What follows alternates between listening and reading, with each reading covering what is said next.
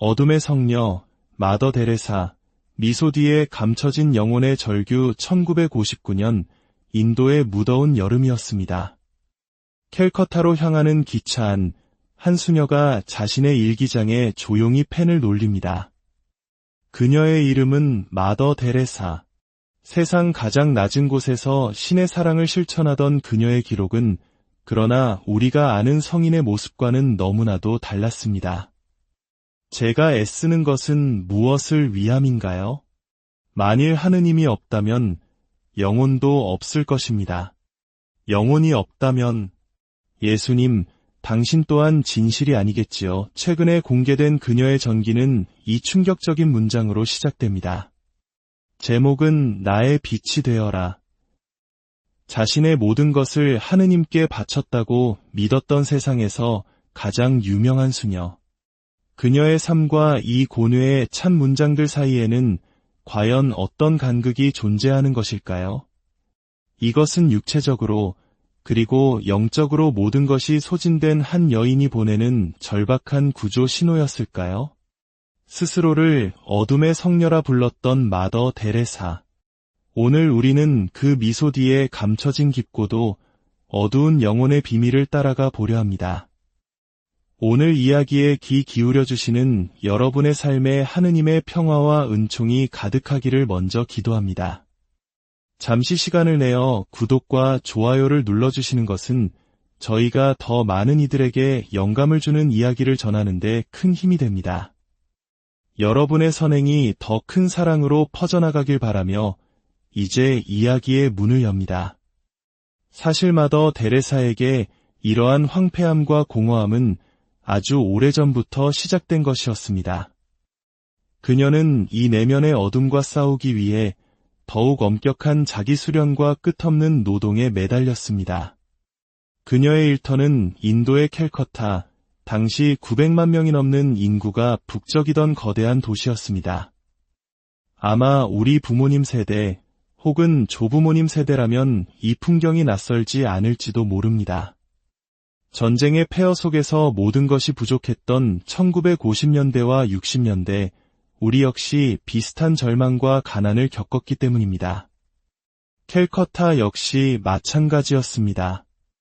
수많은 사람들이 하우라 다리를 건너 일자리를 찾아 도시로 몰려들었지만 대부분은 길 위에서 빈곤한 신세로 전락했습니다. 과거 대영 제국의 위용을 뽐내던 빅토리아 양식의 건축물들이 도시의 화려한 과거를 증언했지만 그 빛나는 식민지 시대의 이면에는 끝없이 번져나가는 빈민가가 있었습니다. 당국에 등록된 것만 해도 1000여 개에 달하는 곳. 바로 이곳에서 마더 데레사의 사역은 시작되었습니다. 1948년 여름, 그녀가 홀로 처음 방문한 빈민가는 모티질이라는 곳이었습니다. 파키스탄에서 온 난민들이 모여 사는 이곳은 인도와의 분리 독립 이후 몰려든 사람들로 인해 이생 상태가 재앙에 가까웠습니다. 콜레라가 창궐했지만 기초적인 간호 훈련만 받았던 마더 데레사는 오직 돕겠다는 결심 하나로 그들 곁으로 향했습니다. 가진 것 없는 비천한 수녀였던 그녀는 스스로 거지가 되는 길을 택했습니다. 아이들을 위한 우유 한 잔, 노인들을 위한 쌀 한 줌을 구하기 위해 손을 내밀어야 했습니다. 이 참혹한 현실 속에서 그녀는 완전히 녹초가 될 때까지 일했습니다. 하지만 그녀는 자격도 없는 절망적인 삶을 살아가는 이들 곁에 있는 것이 바로 하느님의 소명이라 굳게 믿었습니다. 오늘날에도 모티질은 수녀들의 중요한 활동지입니다. 이곳에서 학교를 운영하고 노인과 병든 이들을 돌봅니다. 과거와 마찬가지로 유료 지원은 여전히 가장 큰 과제 중 하나입니다. 독일 출신의 안드레아 수녀는 의사입니다. 1954년 여름 인도에 온 그녀에게 마더 데레사는 의학을 공부하라고 권했습니다. 마더 데레사의 영향력은 빈민가 주민이었던 인도 여성 아그네스의 삶도 바꿔놓았습니다. 그녀는 아그네스를 의료보조원으로 훈련시켰고 아그네스는 수년간 한센병 병동에서 헌신했습니다. 아그네스가 마더 데레사를 처음 만났을 때 그녀는 어린아이에 불과했습니다. 제가 8살쯤이었을 거예요. 마더께서 우리에게 오셔서 글을 가르쳐 주셨죠. 그냥 막대기를 주어서 땅바닥에 알파벳을 쓰셨어요. A, B, C, D. 그렇게요. 그 후 몇 달 동안 26명의 젊은 여성들이 마더 데레사의 뒤를 따랐습니다. 그들은 그녀를 따라 도시의 가장 황량한 곳으로 들어갔습니다. 마더 데레사는 그들에게 가난한 이들처럼 살아야 한다고 강조했습니다. 그녀는 그것을 일종의 자유라고 여겼습니다. 우리는 가난한 이들에게 온 마음을 다한 무상의 봉사를 하겠다는 특별한 서원을 합니다. 우리의 모든 일은 하느님에 대한 사랑으로 행해지며 신분이나 신조에 상관없이 모든 일을 위해 합니다. 유일한 조건이 있다면 그들이 가장 가난한 이들 중에 가장 가난한 이여야 한다는 것입니다. 오랫동안 로마 교황청은 새로운 수도의 설립을 허가하지 않았습니다. 하지만 1950년 10월 7일 마침내 마더 데레사와 그녀의 동료들은 사랑의 선교회라는 이름을 가질 수 있게 되었습니다. 몇 년 후 교황 바오로 6세가 인도를 방문했을 때 마더 데레사는 너무 바빠 교황을 만날 시간조차 없었습니다. 그러나 교황은 자신만의 방식으로 이 선교사의 업적을 인정했습니다. 그는 자신의 차였던 흰색 링컨 자동차를 그녀에게 선물했습니다.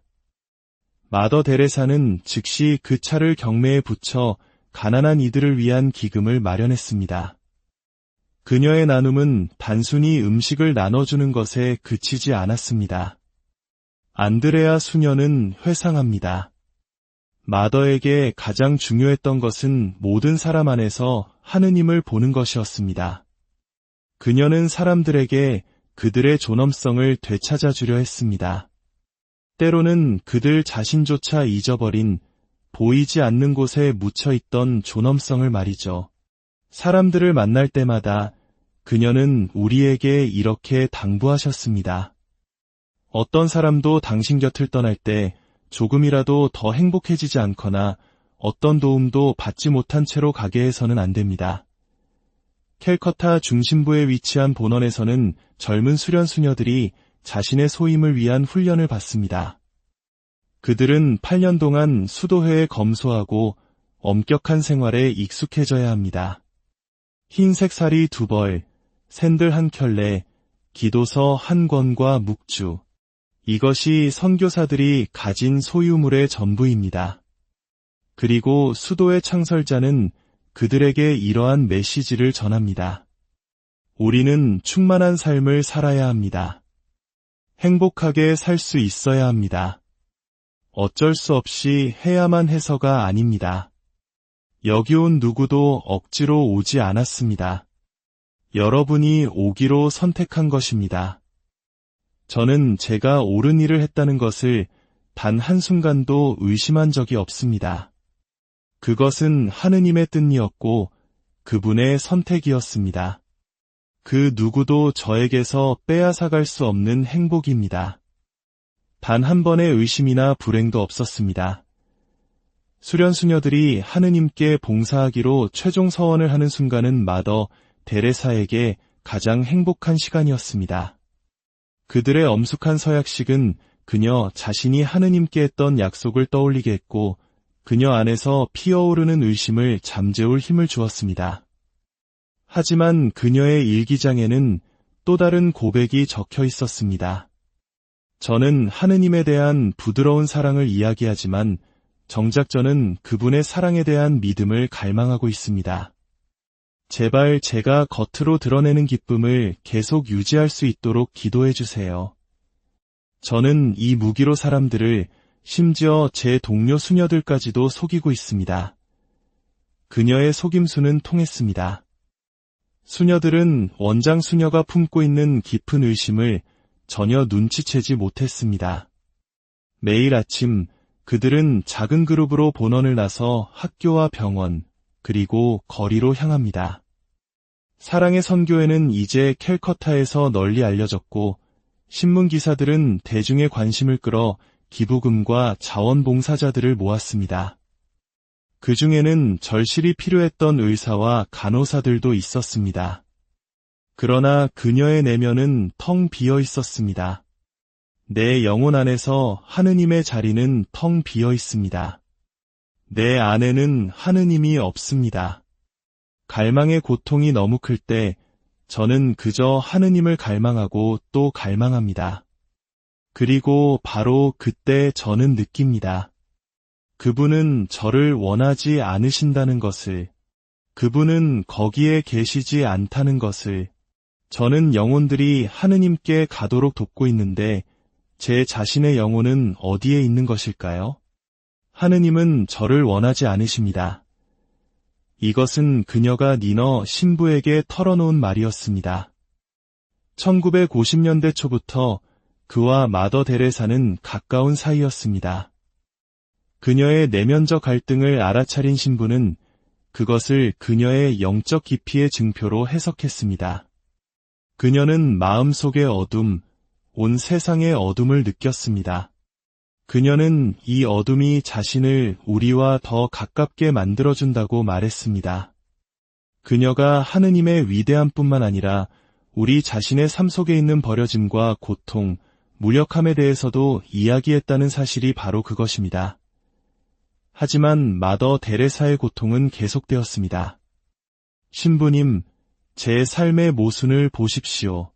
저는 하느님을 갈망하고 그분을 사랑하고 싶고 오직 그분에 대한 사랑을 위해서만 살고 싶습니다. 그러나 여기에는 고통과 갈망만 있을 뿐 사랑은 없습니다.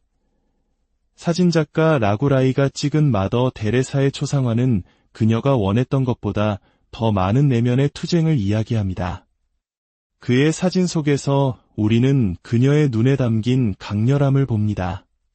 평범한 사람들이 그녀를 만지고 그녀에게 아주 가까이 다가갈 수 있었던 친밀함, 그리고 그와 동시에 그녀의 얼굴에 서린 고통과 괴로움. 그녀가 사람들을 사랑했던 방식, 그들의 고통을 덜어줌으로써 하느님께 더 가까이 다가가려 했던 그녀의 몸부림이 그 안에 담겨 있습니다. 그녀에게는 고통받는 모든 이들이 바로 그리스도였기 때문입니다. 캘커타의 거리에서 마더 데레사는 하느님을 향한 갈증을 채울 새로운 방법을 찾고 있었습니다. 그녀의 다음 과업은 그녀의 삶을 이전과는 비교할 수 없을 정도로 큰 시험에 들게 할 것이었습니다. 그녀는 죽어가는 이들을 위한 집을 짓고 싶었습니다.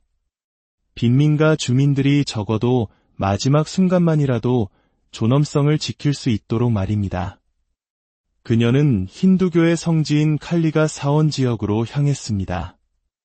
힌두교 신자들은 죽음의 여신 칼리에게 경배를 드리기 위해 이곳을 찾습니다. 독실한 힌두교도들은 가톨릭 수녀가 그들의 가장 신성한 사원 중 하나에 들어온 것에 분개했습니다. 그러나 그녀는 이렇게 답했습니다. 저는 시궁창에서 죽어가는 이들을 주워 올려 하늘나라로 데려가기 위해 왔습니다. 그녀의 연민에 감동한 보건당국은 그녀를 지지했고 그녀는 순결한 마음의 장소라는 이름의 호스피스를 열었습니다. 이곳에서 사람들은 생의 마지막을 맞이합니다. 보살핌을 받으며 마지막 순간에 버려지지 않습니다. 그들은 평생 동안 원치 않는 존재로 살아왔습니다. 우리는 그들이 마지막 순간에 누군가가 자신을 사랑하고 돌보고 있다는 것을 느끼게 해주고 싶습니다. 어떤 이들은 그들이 짐승처럼 살았지만 이제는 천사처럼 죽는다고 말합니다. 죽어가는 이들의 영혼을 하느님께 인도하는 것. 이것이 마더 데레사가 스스로에게 부여한 임무였습니다. 이 일은 그녀를 육체적, 정신적 한계까지 몰아붙였습니다. 저는 최선을 다합니다. 제 자신을 바칩니다. 그토록 큰 사랑과 힘으로 저를 부르신 분이 당신이라는 것을 의심하지 않습니다. 그렇기에 이 일은 당신의 것입니다. 하지만 저에게는 믿음이 없습니다. 예수님, 제 영혼이 속지 않게 하소서. 당신이 와서 나의 빛이 되어라고 부르셨을 때 저는 당신을 따랐습니다. 이 부르심은 1946년 9월 10일 그녀가 다즐링으로 가는 기차 안에서 가장 강렬하게 들었던 음성이었습니다. 그 부르심은 그녀의 삶을 송두리째 바꿔놓았습니다. 나의 작은 이여, 와서 나를 가난한 이들의 구멍으로 데려가다오.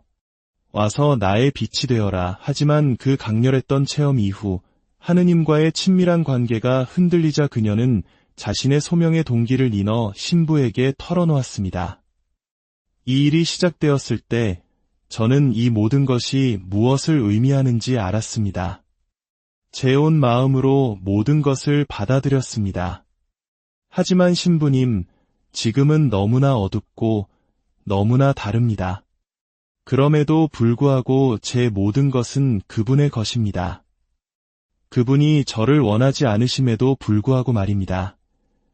신부는 그녀가 강박적인 헌신 속에서 자신을 잃어가고 있다고 느꼈습니다. 그는 하느님에 대한 그녀의 기대를 낮추려 노력했습니다. 우리가 하느님께 가까이 다가갈수록 우리는 거리를 더 많이 느낍니다. 무한한 거리감, 세속적인 모든 것을 초월한 가장 위대한 신비를 말입니다. 그것을 이해하고 느끼는 것, 그것이 바로 그녀의 삶이었습니다. 그 본질은 깊은 고독 속에서 온 세상에 하느님의 사랑을 전하는 능력이었습니다. 마더 데레사는 위로를 받았지만 고독은 그녀를 떠나지 않았습니다. 미소는 그녀의 고통을 가리는 가면이 되었고 곧 그녀의 상징이 되었습니다. 그녀의 수도회는 계속 성장했습니다. 뉴욕에서 나이로비까지 이 활기찬 수녀의 네트워크는 전 세계로 뻗어나갔습니다. 세상 어느 곳에서 위기가 터지든 마더 데레사는 그곳에 있었습니다. 베이루트에서는 전투가 잠시 멈춘 틈을 타 폭격당한 고아원에서 장애 아동들을 구조했습니다. 그녀는 낙태에 반대하는 지칠 줄 모르는 운동가이기도 했습니다. 그녀의 의견이 모든 이에게 환영받은 것은 아니었지만 흰사리를 입은 이 여성은 하나의 상징이 되었습니다. 각국 정부 수반들과 유명인사들이 그녀 주위로 몰려들었습니다. 마더 데레사는 미디어에서의 자신의 존재감을 알고 있었지만 그 명성에 현혹되지 않았습니다. 그녀에게 중요한 것은 오직 한 사람이었습니다. 사진작가 라구라이는 그녀를 이렇게 기억합니다. 그녀는 매우 위험한 분이셨어요. 당신을 만날 때 당신을 보는 게 아니라 당신의 안을 들여다보셨거든요. 그녀의 눈은 당신의 마음, 당신의 영혼, 당신의 생각을 꿰뚫어 보았죠. 세상에 그런 사람은 없습니다. 그녀는 당신의 내면을 여행하며 당신이 누구인지 볼 수 있는 가장 희귀한 인간 중 한 명이었습니다. 그녀는 저를 제 자신과 아주 가깝게 만들어 주었습니다. 그러나 그녀 자신은 더 이상 자신의 감정을 통제하지 못했습니다. 고해 신부들에게 보낸 편지들은 절규와도 같았습니다. 사랑에 빠져 있으면서도 사랑하지 못하는 것. 그러나 저는 그분이 사랑받지 못했던 것처럼 그분을 사랑하고 싶습니다. 때로는 고통의 소나기가 너무 커서 제 자신의 목소리가 저의 하느님, 저를 도우소서라고 외치는 것을 들을 수 있습니다. 그러나 고통이 클수록, 어둠이 짙어질수록 하느님을 향한 제 미소는 더욱 달콤해질 것입니다. 일부 비평가들은 그녀가 고통과 사랑을 동일시했다고 분석합니다. 예수의 고통을 느끼는 것, 그것이 그녀에게는 사랑이었다는 것입니다. 그러나 이것은 가톨릭 교회의 종교적 본질을 그녀가 문자 그대로 받아들인 결과일지도 모릅니다. 그녀는 평생 동안 가톨릭 교회에 헌신했습니다. 그 유대는 그녀의 고향 알바니아에서의 어린 시절에 형성되었습니다. 9살 때 아버지가 갑자기 돌아가시자 교회 공동체는 어린 소녀에게 두 번째 가족이 되어주었습니다. 그녀는 어린 시절부터 그리스도의 몸은 저의 일용할 양식이었습니다. 예수님의 성심은 저의 첫사랑이었습니다. 라고 고백했습니다. 심리학자들은 어린 시절의 갑작스러운 상실 경험이 그녀의 운명과 소명의식에 깊은 영향을 미쳤을 것이라고 분석합니다. 그녀는 이 고통과 자신의 운명, 그리고 그 신성한 기원을 연결시켰고 이 고통의 경험을 자신의 소명으로 승화시켰다는 것입니다. 하지만 의심에도 불구하고 마더 데레사는 지칠 줄 모르고 자신의 사명을 추구했습니다. 대중의 인식 속에서 그녀는 자선의 상징, 세계적인 존경을 받는 아이콘이 되었습니다. 그 인정의 정점에는 1979년 12월 10일 노르웨이 오슬로에서 받은 노벨 평화상이 있었습니다. 그녀는 환하게 미소 지으며 스포트라이트를 받았습니다. 그녀는 이미 $1,000,000가 넘는 상금을 가난한 이들을 돕는 데 쓸 계획을 세우고 있었습니다. 게다가 그녀가 취소한 연애 비용 $7,000까지 덤으로 챙겨갈 수 있게 되었습니다. 마더 데레사는 가난한 이들의 이름으로 오슬로에 왔습니다. 수상 소감에서 그녀는 이렇게 말했습니다. 저는 굶주린 이들, 헐벗은 이들, 집 없는 이들, 장애를 가진 이들, 눈먼 이들, 한센병 환자들, 그리고 원치 않고 사랑받지 못하고 돌봄받지 못한다고 느끼는 모든 이들의 이름으로 이 상을 받게 되어 감사하고 매우 행복합니다. 사회로부터 버림받은 이들 말입니다. 교황 요한 바오로 2세는 이 노벨상 수상자의 인기를 자신의 정치와 교회를 위해 활용할 줄 알았습니다. 캘커타에서 두 사람이 함께 있는 모습은 그들이 얼마나 가까운지를 보여주었습니다. 교황은 그녀의 일에 깊은 존경을 표했지만 그녀는 여전히 고통받는 영혼과 함께 홀로 남겨졌습니다. 그녀의 일기에는 이런 글이 있습니다. 만약 지옥이 있다면 이곳이 바로 그곳일 것입니다. 하느님 없이 산다는 것은 얼마나 끔찍한가. 유일하게 남은 것은 이 일이 그분의 것이라는 확신뿐입니다. 물에 빠지기 직전에 사람이 지푸라기라도 잡는 심정으로 저는 이것에 매달립니다. 교황은 그녀에게 말했습니다. 어머니, 하느님의 축복이 함께하길. 우리는 당신을 따를 것입니다. 세상을 변화시키십시오. 마더 데레사는 교황의 지시를 문자 그대로 받아들였습니다. 그녀는 기독교 자선의 대사로서 전 세계를 여행했습니다. 국제회의에서든 UN 대표들 앞에서든 그녀는 가난한 이들의 고통뿐만 아니라 콘돔과 낙태에 반대하는 목소리를 높였습니다. 하지만 그녀의 엄청난 인기조차도 내면의 공허함을 몰아낼 수는 없었습니다. 그녀는 오랫동안 침묵 속에서 고통받았습니다. 때로는 그것이 잘 되지 않았고 그럴 때마다 그녀는 고해의 신부에게 의지했습니다. 신부님, 제가 자매들과 사람들에게 하느님에 대해 이야기하기 위해 입을 열 때 그것이 그들에게 기쁨과 용기를 준다는 것을 압니다. 하지만 제 안에서는 아무것도 얻지 못합니다. 모든 것이 어둡고 제가 하느님으로부터 완전히 단절되었다고 느낍니다. 신학자들은 그녀가 겪은 시련이 바로 십자가의 성요한이 말한 영혼의 밤이라고 설명합니다. 그것은 하느님께서 불쾌하고 고통스러운 방식으로 강력하게 역사하고 계시다는 증거라는 것입니다. 하지만 오랜 고독에 익숙해진 이에게는 그것이 작은 위안에 불과했습니다. 한 신부는 그녀를 이렇게 기억합니다. 마더 데레사가 불행한 사람이었다고 생각할 수도 있습니다. 하지만 그녀는 그렇지 않았습니다. 근본적으로 매우 행복한 사람이었습니다. 무엇이 한 사람을 그녀처럼 풍성하고 기쁘고 자신을 내어주게 만들까요? 그것은 하느님과의 소통입니다. 그 소통이 빛 속에서 이루어졌든 어둠 속에서 이루어졌든 그것은 중요하지 않습니다. 하느님께서는 그녀의 가장 깊은 중심에 당신 자신을 직접 전달하고 계셨습니다. 그것이 그녀의 기쁨의 원천이었고 그녀의 엄청난 에너지의 원천이었습니다. 그럼에도 불구하고 마더 데레사는 자신의 길을 계속 걸었습니다. 고통과 싸우며 초인적인 노력을 기울였습니다. 하느님께서 어떻게 이 모든 고통을 허락하실 수 있는지에 대한 질문은 그녀를 거의 한계점까지 몰고 갔습니다. 그러나 확신과 회의 사이의 모든 긴장과 의심에도 불구하고 그녀는 앞으로 나아갔습니다. 그녀의 업적은 인상적이었습니다. 전 세계적으로 그녀의 수도에는 750개의 병원, 고아원, 학교, 그리고 죽어가는 이들을 위한 집을 운영했습니다. 그녀는 농담처럼 말하곤 했습니다. 제가 이 일을 시작했을 때 꿈속에서 천국에 갔더니 베드로 성인께서 돌아가라.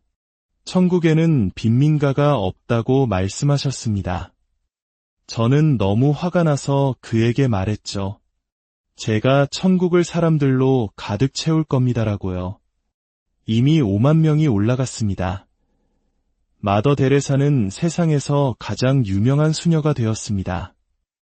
그녀는 젊은 시절 부모님의 집을 떠날 때 약속했던 것을 이루었습니다. 오빠는 그녀가 수녀원에 들어가는 것을 막으며 산채로 매장될 셈이냐고 물었습니다. 그녀는 흔들리지 않고 자신 있게 대답했습니다. 나도 장교야. 온 세상의 주님이신 분을 섬기는 장교, 그녀는 평생이 사명에 충실했습니다. 나는 예수 그리스도께 예라고 대답했습니다. 나는 십자가에 못 박히신 예수의 신부입니다. 그리고 그는 때때로 매우 까다로울 수 있습니다. 80이 넘어서면서 그녀의 건강은 급격히 나빠졌습니다. 1996년에는 며칠 사이에 3번의 심장마비를 겪었습니다. 병원으로 이송될 때마다 파파라치의 플래시 세례를 피할 수 없었습니다. 그녀는 눈을 감았습니다. 그녀의 마지막 기록은 이렇게 끝납니다. 내 안에는 너무나 많은 답없는 질문들이 살아있습니다. 신성모독이 될까 두려워 그것들을 들춰내기가 무섭습니다. 만일 하느님이 계시다면 부디 저를 용서하소서. 마더 데레사의 삶은 우리에게 무엇을 말해주고 있을까요? 그녀의 이야기는 믿음이 단단한 확신이 아니라 끝없는 의심 속에서도 한 걸음을 내딛는 행위일 수 있음을 보여줍니다. 가장 깊은 어둠 속에서도 사랑을 실천할 수 있는 힘, 하느님의 부재를 느끼는 바로 그 순간에 가장 가난한 이들 속에서 그분을 발견하려 했던 처절한 몸부림. 그녀의 위대함은 그녀가 성인이었기 때문이 아니라 가장 연약한 인간으로서 가장 숭고한 길을 걸어갔기 때문일 것입니다. 어둠 속에서 미소를 지었던 성녀. 그녀의 삶은 오늘날 우리에게 깊은 울림을 남깁니다. 여러분의 삶 속에서도 의심의 그림자가 드리울 때 마더 데레사의 어둠 속 미소를 기억하시길 바랍니다. 그녀의 영혼이 이제는 그토록 갈망하던 빛 속에